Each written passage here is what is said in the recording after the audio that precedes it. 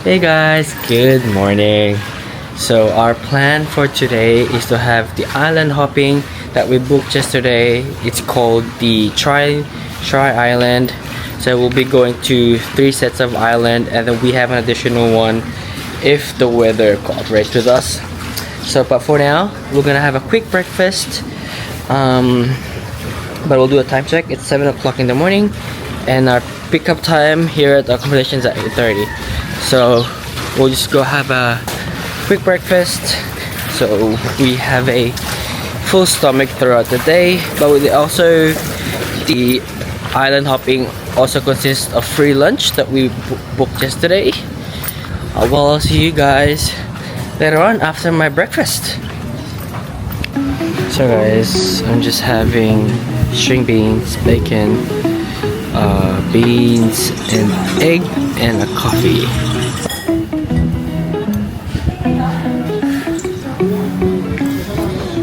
Yan ang true love ng lola ko. Nakita ko na parang nasa kanya. Andyan na. Nasa kanya na. Nakita ko na. Si Apam? Hinahanap niya. Ayan.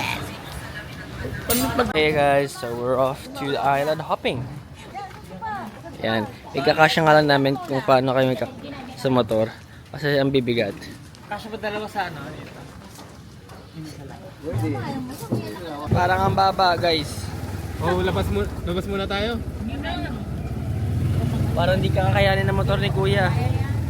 Labas muna tayo, lubak-lubak pa mamaya dun. Oh.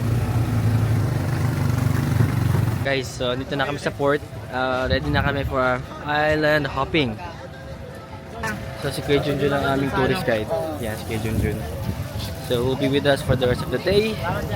And let's get going. Pero ang init.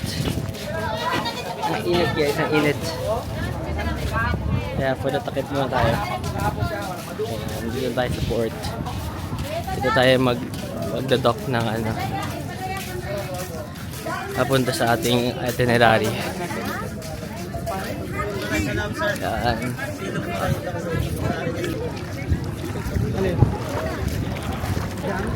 Yeah, let's go guys. So ito yung magiging bangka namin for the day.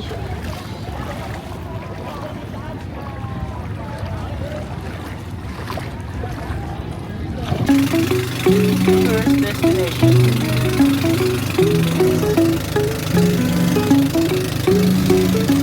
Guys, nandito na tayo sa Secret Island. It's called the Secret Island kasi once year lang lumalabas itong sandbar. Ayan no. So, pwede mo siyang tapakan kasi sobrang babaw lang niya, kaya siya naging Secret Island. Ayan. Susimpo na kami.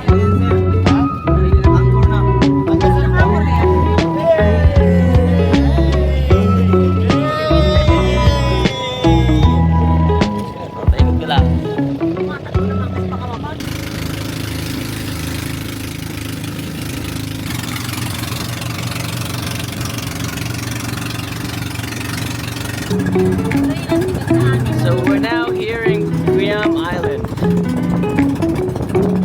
the famous island where you can buy burger, iced coffee, milkshake. So we're now here at the Guam Island, guys. So I'm gonna try their fruit juices. I'm gonna try the mango juice. Hopefully it's real sweet, and we'll try their famous burger here as well. Full of tourists. Kasi sobrang ganda guys. As in, the water is so clear. Bumili mo tayo ng burger. Hindi ko alam kung magkano, pero we'll check how much it is. So guys, yun yung presyo ng mga shake nila. So burger.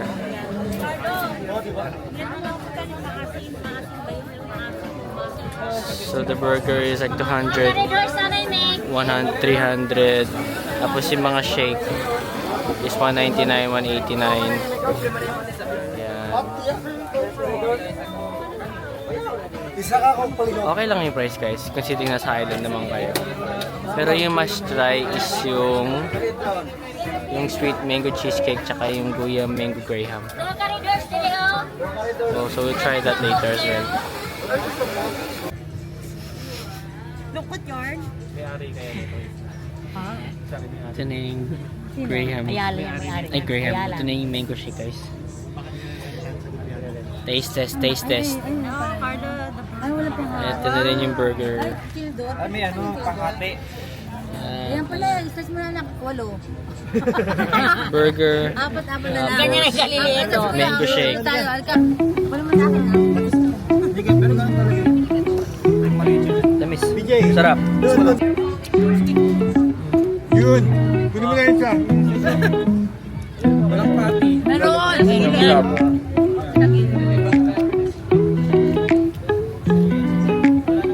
Kaya madami na nachos.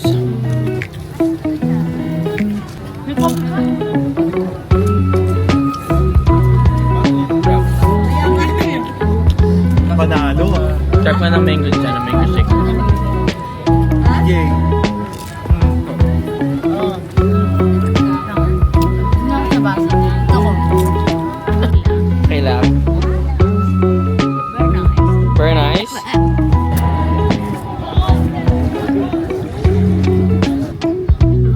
Hermit crab. And just like that, we're off to the next one. See you to Naked Island.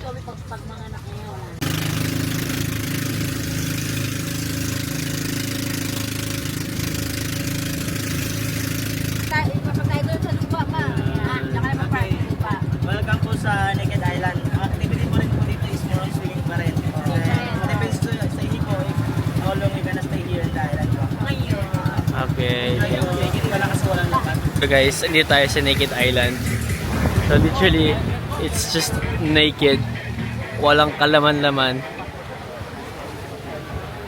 Walang kalaman-laman. Ganyan lang siya. Puro buhangin lang. Tapos, island lang siya na may laman na puro bangka na nag-park. Yun lang. Nothing special.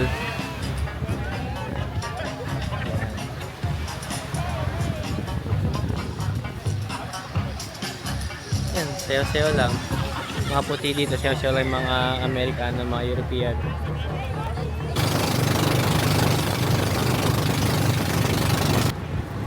Bubudang halo. So welcome to Daco Island po. Oh, dako. The activity also here is swimming pa rin. And then while waiting po sa food pa natin sa Budol 5, pwede po kayo mag-swimming sa beach. And then kung hindi naman po, pwede kayo mag-stay po doon sa may cottage. Okay. Okay, let's get it on. So guys, andyan tayo sa Daco Island. Yan. So, dito kami ngayon magla-lunch. Dito parang dito mas pino yung buhangin kaysa dun sa kabila sa Naked Island. Dito tsaka wala masyadong alon. Sa Naked Island parang medyo malakas-lakas yung alon tsaka medyo malalaki yung mga bato. So pupunta lang kami sa rented cottage na kinuha namin. Pero while they're cooking yung food namin, siguro for sure mag-swimming muna kami dito. Kasi ito na yung pinaka-last activity namin for the day. And then babalik na kami sa accommodation later on. Yung kinuha naming meal, yun yung may nakalagay na siargao, na famous siargao, may mga seafood. Pero yung sa amin daw, walang hipon. Kasi kaninang umaga yung tourist namin, tour guide namin, sabi pumunta siya ng palengke, wala siya nakitang hipon kasi nga daw mahirap daw manguha ng hipon kanina umaga, nahirapan yung mga lumalaot. Kaya yun, ang kinuha lang ni Kuya parang bluefin, parang more on isda and mga ibang karne. So ito natin makikita kung ano yung nakahanda para sa amin. Pero ito yung cottage namin. Ayun, yan ata yung may mga Amerikano. So papalisin ni Kuya tour guide yan. Nandun kami. Okay, catch you guys later on. So guys, ito yung Daco Island. More on cottages lang talaga siya. Not much activities. It's just more of swimming, and then this is where you have your lunch kapag nag-island tour kayo. You just have to wait until haluto. Ayan lang siya. Ayan. So not much things. So, try ko explore pero wala masyado eh. Ayan. Baka doon lang tayo sa ano, sa island. Doon tayo sa island.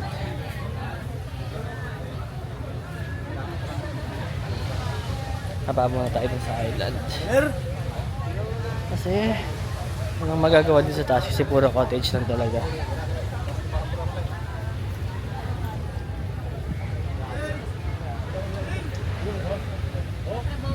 Guys, ang ganda to. Ang ganda talaga ng view. Tignan nyo. Super clear talaga yung water. Super, tinan nyo ayun. Wow.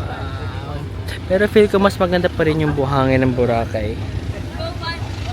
Talagang white sand ba yun? Dito medyo ano eh. Okay lang. Pino.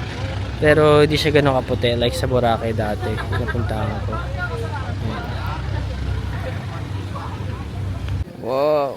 Duran and Ay, Siargao. walang plato yan. Ayun, meron po. Ako sa pa, wala. Sa mangga. Balitad ka to ni. Andun, nandun sa ibabaw. Dapat ang hinaharapan ka. Kung mga plato kulang po yan. Ako lang. Ako lang. Basa-basa na lang. Halika na, Junior. Na? Ako mga plato. Hi guys. Sarap.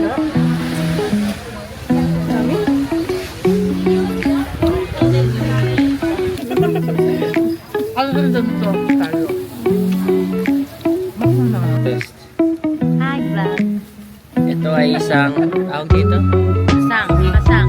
Saang. Saang. Saang. In English, spider web. Ayun, spider shell.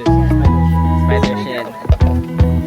Sabi mo yan yung mga hinuhuli ni ano ni Mariel Lasin. Ito daw yung hinuhuli ni Mariel Padilla. Mariel Padilla. Sabusod, Maria Las. Ayan. Ni Mariel Lasin. Nataga Siargao. Nawasaw natin sa tuyo. Anong lasa? Hindi mo kilala yun, Jun. Tinanggal? Well-known vlogger yun eh. Taga Siargao. Minsan lang po kasi magkalat ng ano. Ay, baka masabi mo pala. Boy. Oh. Wow, very good. I see. Yummy.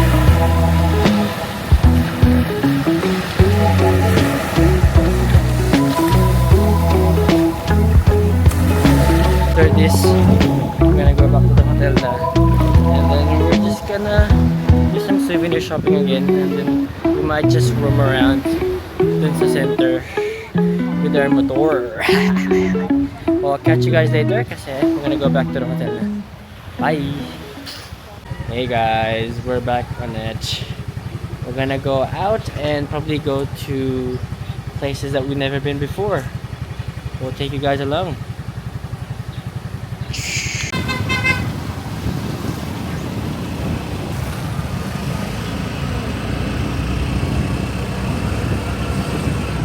Hey guys, so we now made it dito sa Sunset Bridge. So may mga street food dito pala guys, yung mga street foods din. Kikiam, etc. etc. Yes. So ito yung Sunset Bridge guys. If you just walk straight down, grabe yung dami ng tao. Yun o. May mga shakes din guys. May mga shakes. Benta ng mga necklace or whatsoever. May mga bag. Pero feel ko guys medyo mahal dito.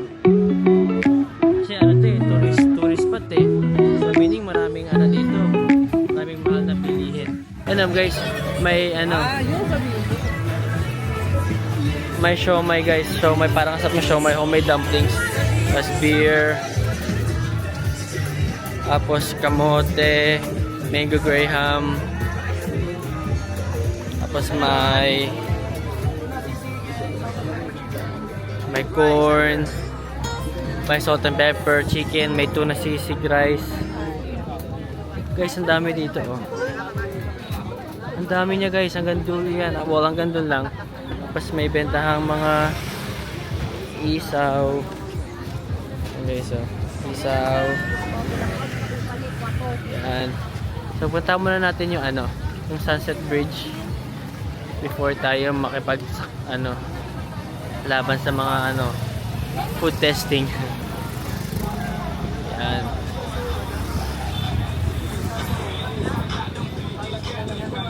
Guys, ang dami nilang binibenta dito. So, more on street foods lang talaga tong ano to, Sunset Bridge.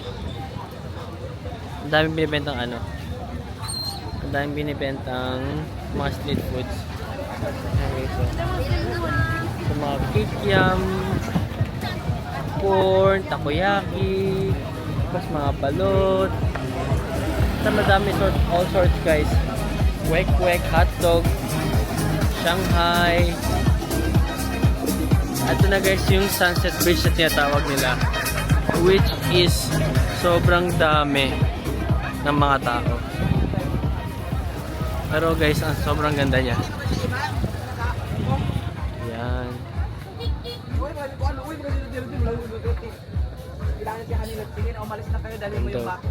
Ito yung Sunset Bridge. Ganda guys.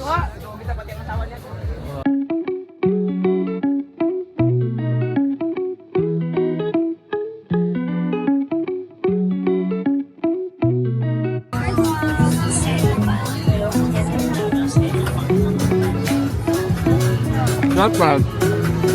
That's yung dumpling. Sarap. Ito ibang street food guys. Up next, try tayo ng mga barbecue dito sa street food nila. Hello guys! Bili na kayo guys! Bili na kayo guys kila ate. Malamig yan ang barbecue guys! Magkano yung siya ganito ate? Sa Katangnan, boys. Magkano yung isaw nyo dito ate? At 10 pesos. 10 pesos. Ito ano to ate? Pork barbecue. 30 Pork barbecue. Gatidas, may hotdog. Ito ate, ano to? Chorizo Cebu. Chorizo. Time. Opo. Pero parang taba. Tenga. Yan. Sarap to. Guys, binakita ko lahat eh. Sa Katangnan Bridge. Kasi itak na lang isaw na ako. Baka we'll try something else as well. Come on. Guys, so nag-order din kami ng chicken skin.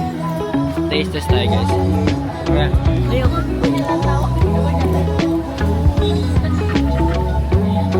Lagyan mo kayo suka. After ko yan may suka. May suka na to.